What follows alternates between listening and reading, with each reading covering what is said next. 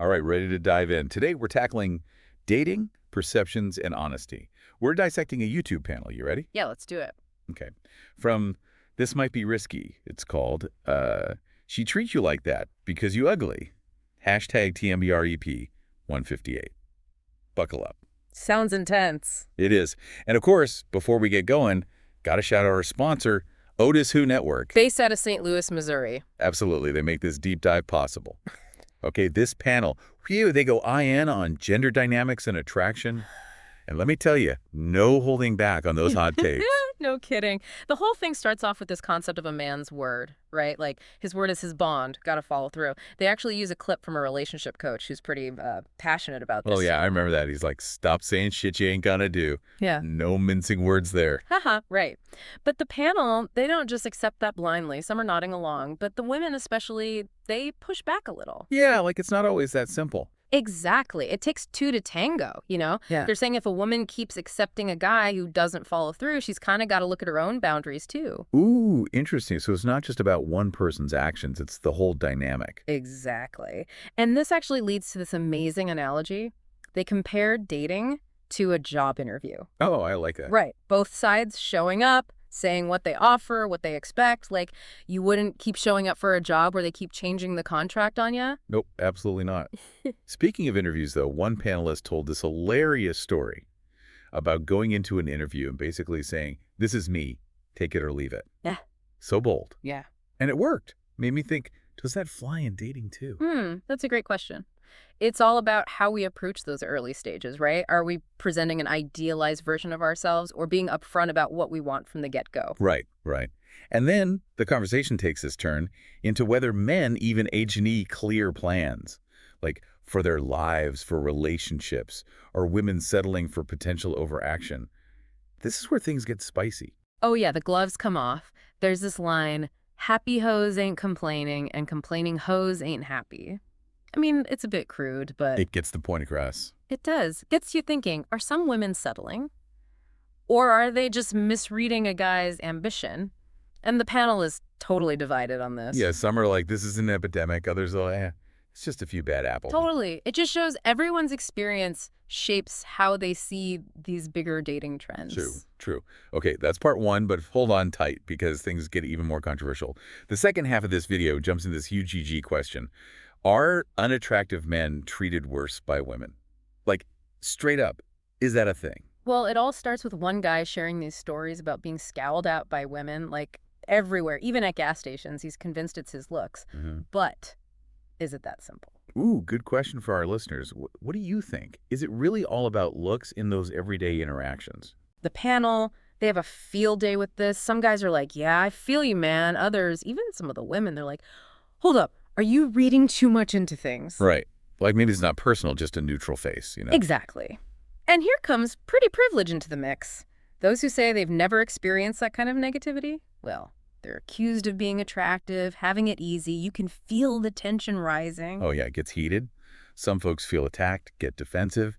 But then there's this one guy who's like, yep, I'm an ugly dude, straight up owns it. And he tells this story about turning down a drink offer from an attractive woman. Whoa, really? Totally defies her expectations. And it's like, instead of feeling bad about his looks, he uses it to his advantage. Works on his personality, his wit. It's almost like his ugly dude status becomes a superpower. I love that. Flips the script completely. It speaks to the whole self-awareness thing that kept coming up, knowing your perceived weaknesses and turning them into strengths. It's so powerful. But listening to all this, I gotta wonder, are these online spaces where men vent about women? Are they fueled by past rejections? Like, are we hearing these origin stories of feeling judged, and that's shaping their views now? That's a great point. It ties into the red pill idea, you know? That worldview, often cynical about women in relationships. Some panelists felt these guys' complaints were coming from that place.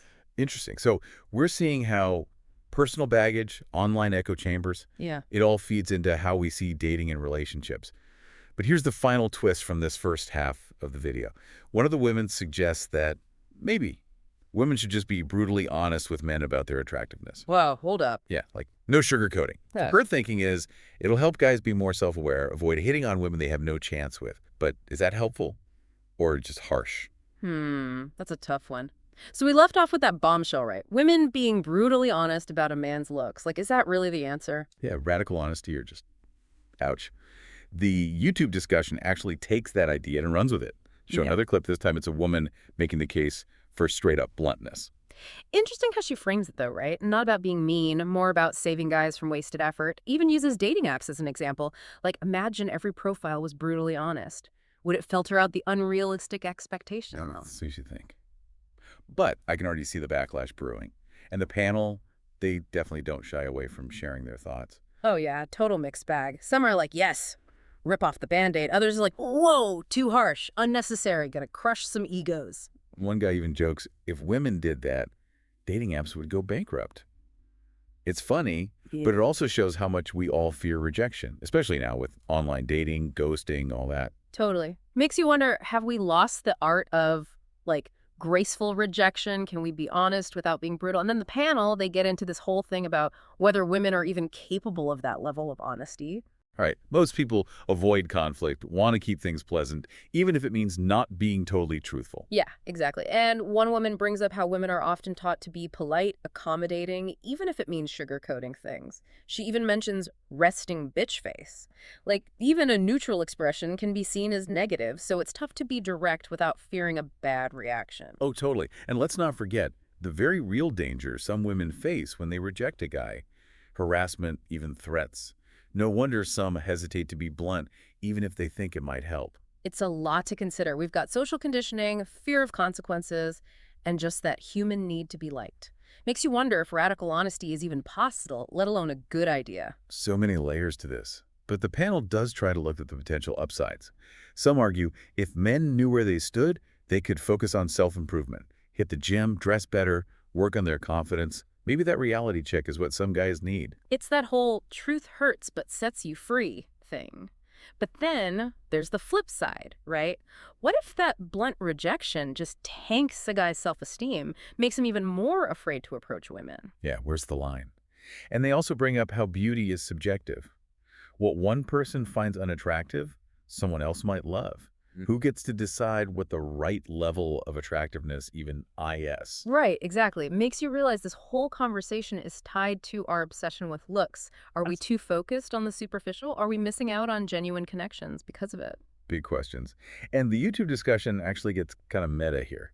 The panelists start looking at their own biases, their own experiences, how that shapes their opinions. Love that. It's not just a debate, it's self-reflection too. Did they call each other out? Oh yeah, there were some check yourself moments for sure.